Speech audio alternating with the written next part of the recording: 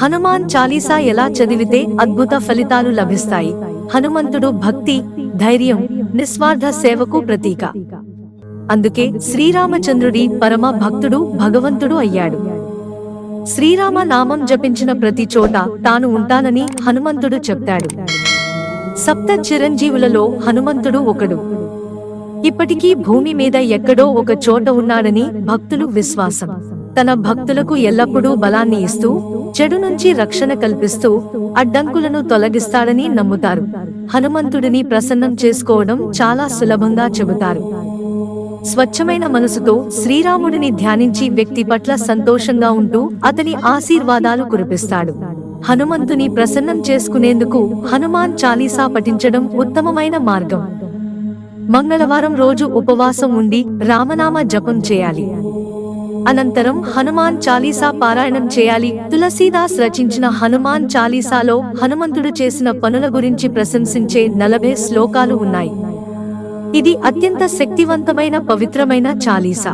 హనుమాన్ చాలీసా చదవడం వల్ల అద్భుతాలు జరుగుతాయని చాలా మంది నమ్ముతారు. అయితే ఈ హనుమాన్ చాలీసా చదివేటప్పుడు సరైన విషయాలు గుర్తుంచుకోవాలి. ఎలా చదవాలి, ఉచ్చారణ ఎలా చేయాలి అనే విషయాలు అర్థం చేసుకోవాలి.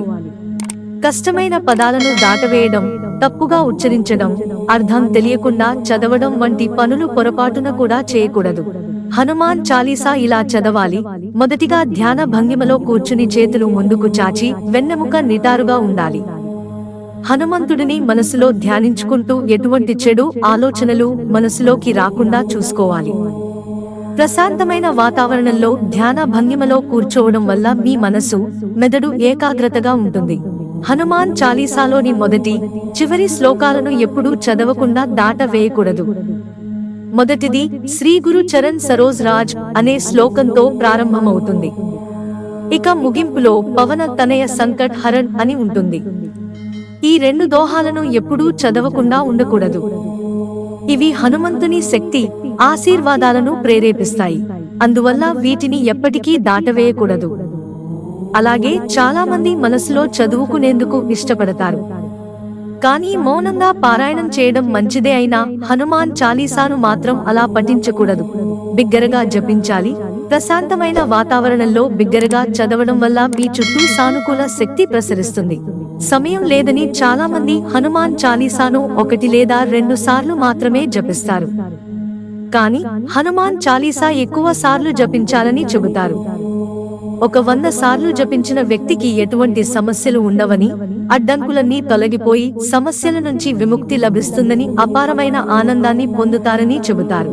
హనుమాన్ చాలీసా చదివేటప్పుడు చేసే సాధారణ తప్పు ఒకే పదాలు, వాక్యాలను పదే పదే చెబుతూ ఉంటారు. వాటి అర్థాలను తెలుసుకోకుండా చదువుతారు. కానీ అలా ఎప్పటికీ చేయకూడదు. పూర్తి అర్థం తెలుసుకుని స్పష్టంగా ఉచ్చరిస్తూ చదవాలి. హనుమాన్ చాలీసా పారాయణం చేసే సమయంలో తులసీదాస్ పేరు స్థానంలో మీ పేరు పెట్టుకుని పఠించాలి.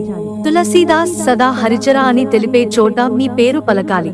హనుమాన్ చాలీసా, మహామృత్యుంజయ మంత్రాలను పిల్లలకు తప్పనిసరిగా నేర్పించాలి.